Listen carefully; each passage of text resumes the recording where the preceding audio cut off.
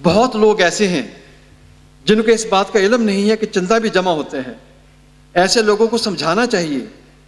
کہ اگر تم سچا تعلق رکھنا چاہتے ہو تو خدا تعالی سے پکا عہد کر لو کہ اس قدر چندہ ضرور دیا کروں گا، اور ناواقف لوگوں کو یہ بھی سمجھایا جاوے کہ وہ پوری تابع داری کریں۔ اگر وہ اتنا بھی عہد نہیں کر سکتے تو پھر جماعت میں شامل ہونے کا کیا فائدہ ہے؟ نہایت درجے کا بخیل اگر 1 کوڑی بھی روزانہ اپنے مال میں سے چندے کے لیے الگ کرے تو وہ بھی بہت کچھ دے سکتے ہیں، ایک ایک قطرہ سے دریا بن جاتے ہیں۔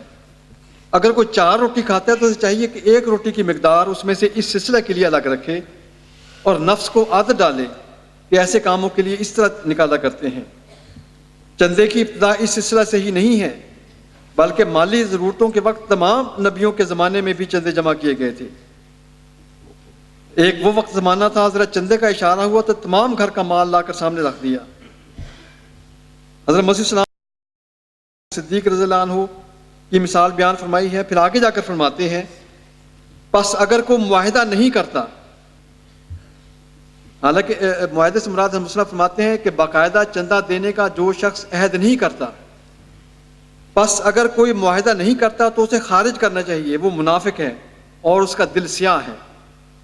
ہم یہ ہرگز نہیں کہتے کہ ماہوار روپے ہی ضرور دو، کہتے ہیں کہ معاہدہ کر کے دو جس میں کبھی فرق نہ آئے۔ صحابہ اکرام کو پہلے ہی سکھا دیا گیا تھا لن تنالوا البر حتی تنفقوا مما تحبون، اس میں چندہ دینے اور مال صرف کرنے کی تاکید اور اشارہ ہے۔ یہ معاہدہ اللہ تعالیٰ کے ساتھ ہونا ہوتا ہے، اس کو نبھانا چاہیے، اس کے برخلاف کرنے میں خیانت ہوا کرتی ہے۔ حضرت ہمارے اندر ایک حرکت پیدا کر دینی چاہیے، اس سے چندہ دینے میں سستی کرتے ہیں۔ دراصل مالی قربانی کا اپنے نفس کے ساتھ ایک بڑا عظیم الشان جہاد ہے۔ انسان بڑی محنت سے پیسہ کماتے ہیں،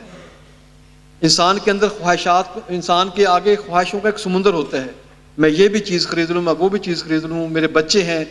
اور بیوی کی خواہشات ہیں، ان کو پورا کرنے کی طرف توجہ ہوتی ہے۔ لیکن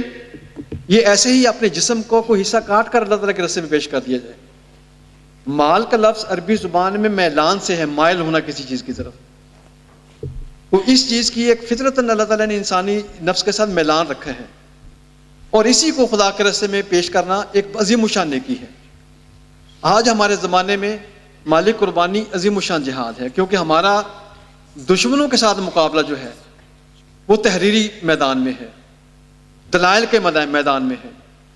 اور اس مقصد کے لیے مساجد تعمیر کی جاتی ہیں، اسی مقصد کے لیے لٹریچر شائع کیا جاتا ہے۔ ہمارا سارا کام جو ہے اس کے میں مال جو ہے وہ بنیادی طور پر اس کا حصہ وہ تعلق رکھتا ہے مالی قربانی کا۔ اور خدا کے فضل سے جماعت میں حضرت مسلم کی دعاؤں کے طفیل خلفائے وقت کی توجہ کی برکت سے بڑی بھاری اکثریت ہے جو اپنے مال کو خوشی کے ساتھ خدا کے راستے میں قربان کرتے ہیں۔ اب ہمارے نوجوان، ہمارے بچے جو آئندہ مستقبل میں جماعت احمدیہ کی ذمہ داری سنبھالیں گے، ان کو بھی اس جہاد میں اپنے آپ کو شامل کرنا ہے۔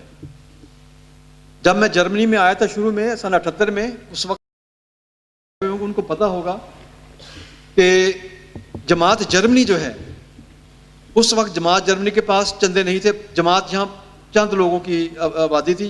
چند احمدی تھے یہاں، اور جماعت جرمنی کے مشنوں کے اخراجات کے لیے پیسہ باہر سے آتا تھا۔ ہمارے پاس اتنے پیسے یہاں نہیں ہوتے تھے کہ ہم اپنے خرچ یہاں کے لیے رقم اکٹھی کر لیں، ہمیں خرچ کرنے کے لیے UK سے پیسہ آتا تھا۔ پھر غالباً 79 یا 80 کی بات ہے، مکرم منصور خان صاحب امیر مشنی چارج یہاں ہوتے تھے، انہوں نے مجھے فون کر کے بڑی خوشی سے یہ خبر دی، مبارکباد دی کہ اب ہم اپنے پاؤں پر کھڑے ہو گئے ہیں، اب ہمارا چندہ اتنا ہو گیا کہ ہم اپنے پاؤں پر کھڑے ہو گئے ہیں خدا کی وجہ سے۔ اور دیکھتے ہی دیکھتے 30 سال کے یہ عرصے میں ہم عظیم الشان انقلاب دیکھ رہے ہیں جرمنی میں، کہ ہمارا جو بجٹ ہے 12 ملین تک تقریباً پہنچ گیا ہے، اور جو MTA کا خرچ تقریباً 7 لاکھ یورو ہے سال کا، جماعت جرمنی اس میں بھی حصہ لے رہی ہے۔ 100 مساجد کی تحریک جس پر ملینز خرچ ہو رہے ہیں، بڑھ چڑھ کر جماعت حصہ لے رہی ہے۔ اور پھر جرمنی ہی نہیں، جرمنی کے ساتھ تقریباً 15 ایسٹ یورپ کے ممالک ہیں جن کا تمام خرچ جو ہے جرمنی برداشت کیا ہوا ہے۔ اب دیکھیں کہ وہ شروع کے چند لوگوں کی جو قربانیاں جو جرمنی میں آئے تھے، وہ انہوں نے بڑی قربانیاں کی، تھوڑے لوگ تھے لیکن چندے پورے دیا کرتے تھے۔ ہمارے جرمن باز احمدی ہوئے تھے، ان کے باقاعدہ انہوں نے ٹاور آف ٹاک کروائے ہوئے تھے، اور خدا کے فضل سے ان چند مالی قربانیوں کے نتیجے اب دیکھ رہے ہیں کہ کس قدر بڑھ چڑھ کر اللہ تعالیٰ ہمیں عطا کر رہا ہے۔ تو جب مال تو کہیں آنے ہی آنے ہیں، اس میں اللہ تعالیٰ نے ہم پر جو تبلیغ کا عظیم الشان فریضہ ہمارے سپرد کیا ہے، اس کی امداد کے لیے اللہ تعالیٰ نے ایسے دلوں کو تیار کیا ہے جو ہمیں جو رقم کی کمی نہیں ہونے دیں گے، لیکن بدقسمت ہوں گے وہ لوگ جو اس میں شامل نہیں ہوں گے۔ اس لیے ہم میں سے ہر ایک شخص یہ عہد کرے، ہمارے اطفال، ہمارے خدام جو نئی نسل ہیں، کہ ہم نے لازمی طور پر جماعت کے اس مالی نظام میں اپنے کو شامل کرنا ہے اور خدا کے فضل سے اپنے آپ کو محروم نہیں کرنا۔ اگر اس طرح سے ہمارے یہ بچے اپنے آپ کو شامل کریں گے تو پھر یاد رکھیں کہ اللہ تعالیٰ آئندہ ہماری نسلوں کو ہم سے بھی بڑھ چڑھ کر عطا کرے گا۔ ہم اس وقت جو اپنی خوشحال ایک زندگی گزار رہے ہیں، اللہ تعالیٰ ہم پر خوشحالی کے دروازے کھولے ہیں۔ ایک دفعہ پاکستان میں ایک بزرگ کو جانتا ہوں، بہت ہی غریب آدمی تھے، وہ اتنے غریب تھے کہ 2-3 دن ان کو کھانا نہیں ملتا تھا، اور وہ خاموشی سے سفید پوش جس طرح ہوتے ہیں، بعض دوستوں سے کہتے تھے کہ مجھے چائے پلا دو، کسی کو کچھ کہتے تھے۔ میں بعد میں پتہ چلا کہ وہ بیچارہ 2 دن کا بھوکا تھا کہ وہ بے تکلفی سے چائے وغیرہ کسی کو کہہ رہا کہ مجھے پلا دو۔ چند سال پہلے جرمنی میں وہ شخص مجھے ملا تو کہنے لگا کہ مجھے خدا تعالیٰ نے اتنا دے دیا ہے کہ پاؤنڈوں کی، ڈالروں کی اور یورو کی مجھ پر بارش ہو رہی ہے، اور پاکستان میں میرے محل کی طرح کا مکان ہے۔ وہ بیچارہ غریب آدمی اس وقت جو جماعت اس کو الاؤنس دیتی تھی اس میں سے بھی اپنا پورا چندہ ادا کرتا تھا، اور بڑی غربت میں اس نے دن گزارے، لیکن چند ہی سالوں میں اللہ تعالیٰ نے اس کو ایسی اس کے کایا پلٹی کہ اس کے بچے کوئی امریکہ میں چلے گئے، کوئی جرمنی میں آ گئے، اور کچھ UK میں چلے گئے، اور سارے بچے نیک تھے۔ یہ بچوں کا نیک ہونا بھی ماں باپ کی اس مالی قربانی میں اس کا بڑا حصہ ہوتا ہے، ورنہ بچے بگڑ جاتے ہیں ادھر آ کر۔ وہ سارے بچے نیک تھے، انہوں نے بڑی محنتیں کی اور اپنے والد کو اتنا پیسہ دیا کہ وہ والد اس کو حیران کرتا ہے، میں سمجھ نہیں پیسہ میں اتنا میں کروں کیا اس کو۔ تو دیکھیں دنیا میں بھی خدا تعالیٰ اس قربانی کو ضائع نہیں ہونے دیتا۔ ہمارے ارد گرد ایسی بے شمار مثالیں پھیلی ہوئی ہیں۔ تو میری یہ گزارش ہے کہ ہمارے جو بچے بڑے سب جو ہیں اس معاملے میں قطعاً گھبرائیں نہیں، اور اپنے اندر قطعاً بخل نہ پیدا ہونے دیں۔ اللہ تعالیٰ پر توکل کریں اور دیکھیں کس طرح اللہ تعالیٰ اس فرشتوں کو پھر جس طرح بادلوں کو حکم دیا تھا کہ فلاں شخص کے باغ کو جا کے سیلاب کرو، اللہ تعالیٰ کے جو قانون قدرت ہیں وہ اللہ تعالیٰ ہماری خدمت میں پھر لگا دے گا۔ لیکن اللہ پر توکل ہو، اور اس جہاد میں مالی قربانی میں ہماری طرف سے قطعاً کو کمزوری نہ ہو۔ اللہ تعالیٰ ہم سب کو توفیق عطا کرے، ہمارے دلوں میں کو بشاشت عطا کرے،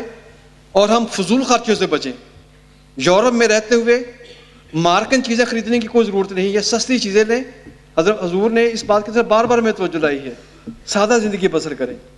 اور اپنے ان پیسوں کو جو آپ کو اللہ تعالیٰ دے رہا ہے، آپ کے والد کئی دفعہ آپ کو اچھے پیسے دیتے ہیں، جا کے سیکٹری مال صاحب کو کہیں کہ یہ میرا چندہ پہلے کاٹ لیں، اور اس طرح کر کے اپنی زندگیوں کو گزاریں، تو اللہ تعالیٰ ہمارے گھروں کو بھی برکتوں کو بخش دے گا، اور جماعت کی ترقی کو بھی آپ حصے دار بننے والے ہوں گے۔ اللہ تعالیٰ ہم سب کو اس کی توفیق عطا فرمائے۔